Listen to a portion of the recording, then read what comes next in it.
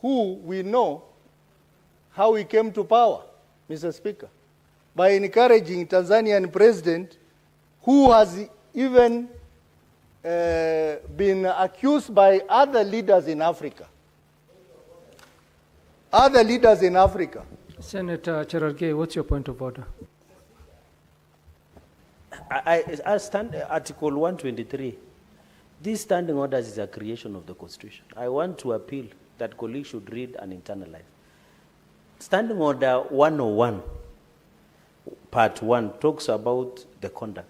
When you hear my brother, Senator Osotsi, who I hope he will be the governor of Iga, alluding to how Museveni rose to power, on how Samia Suluhu is running Tanzania, Mr. Speaker is discussing the conduct of the president of a friendly nation which is contravening our own standing orders.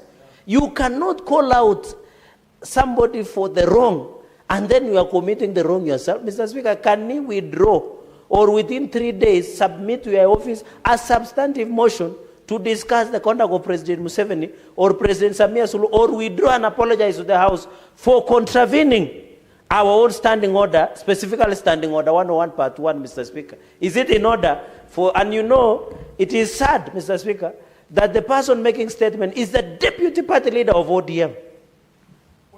Senator, what's your point of order, Senator Sifuna?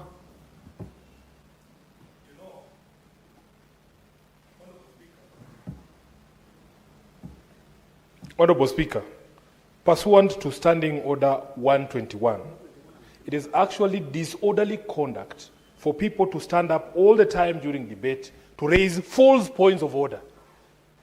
Please encourage Senator Cherargei to read the whole provision that he's referring to. It talks about mentioning someone adversely. Now, adversely means in bad light.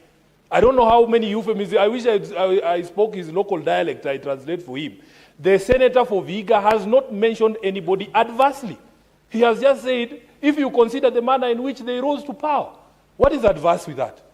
What is adverse with that? And they have not mentioned anybody's name. Can Senator Cherargei allow debate to flow instead of raising these frivolous points of order? And Mr. Speaker, one final request. I think as a colloquium of speakers, we must now determine how it is possible that there's only one person who knows when people are out of order. That the entire afternoon, it is just Sifuna saying point of order and being granted. Maybe there should be a limit to the number of times that you can rise on points of order. You are not the only senator in this house. We have 67 of us. How is it that only one person can see when people are out of order?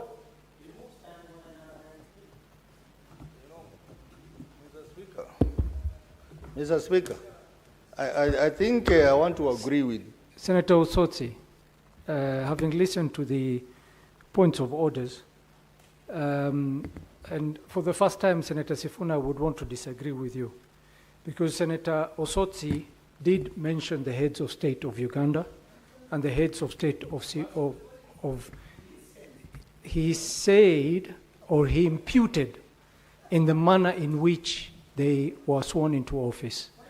So, Senator Osotsi, I would ask you to withdraw that and proceed to make your submissions.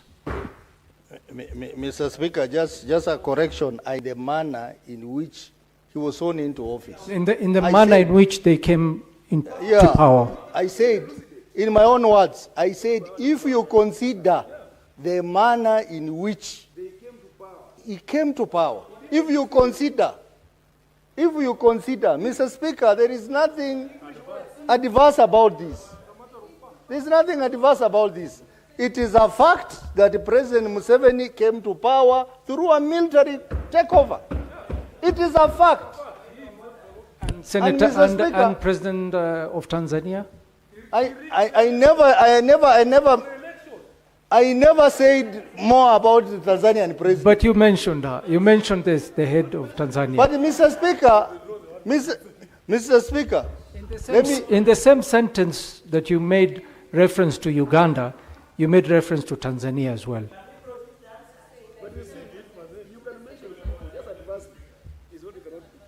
Mr. Majority Speaker. Leader, what's your point of order? Mr. Speaker, Senator Osotsi is making his case worse. Because that's not the only way you get to power in Uganda. he needs to know that subsequently, after that event which he refers to in 1986, the year I was born, the president of Uganda has gone ahead to win 7 other elections. Mr. Speaker, how can 8 instances where you become president, one particular incident, the first one, becomes your only reference point? I mean, to the best of my knowledge, Mr. Speaker, I feel that Senator Osotsi may not initially have made an adverse comment, but as he continues now to perpetuate his point, he's actually now treading towards that adverse mentioning. What's your point of order, Senator Eddy?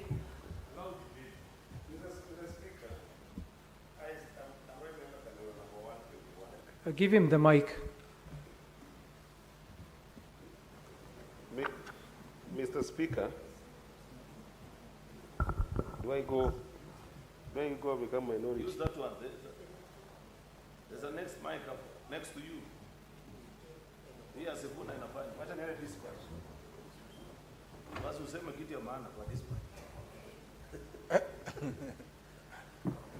Mr. Speaker, I still want to insist that Senator Cherargei is raising on frivolous point of order, Mr. Speaker.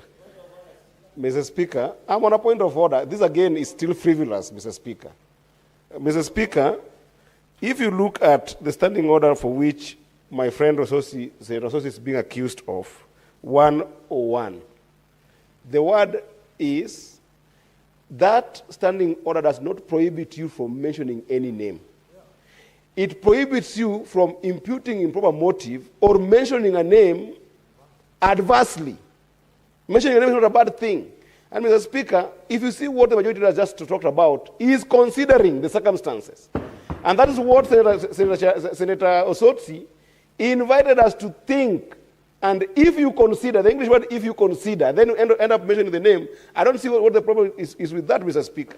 So, Mr. Speaker, I think that you should rule out Senator Cherargei out of order, not Senator Osotsi, because he's not mentioning these names adversely. He's giving you English word if theory that we used in mathematics classes, Mr. Speaker. He has not implied any improper motive on these individuals. In any case, the majority leader will be out of order for considering those circumstances, Mr. Speaker. I thank you, Mr. Speaker. What's your point of order, Senator Cherargei? Mr. Speaker, we need... Senator Sifuna, there is no limitation over how many times you can stand on a point of order. So allow the senator his right. Mr. Speaker, if my memory serves me right, you have made a ruling towards the matter that I raised on standing 101. Would it be in order, because it looks like we are discussing your ruling, which is unheard of, would it be in order for me to invite you to standing order 122, gross disorderly conduct? A senator commits an act of gross disorderly conduct if the senator defies a ruling or a direction of the speaker or the chairperson of committee. Would it be order?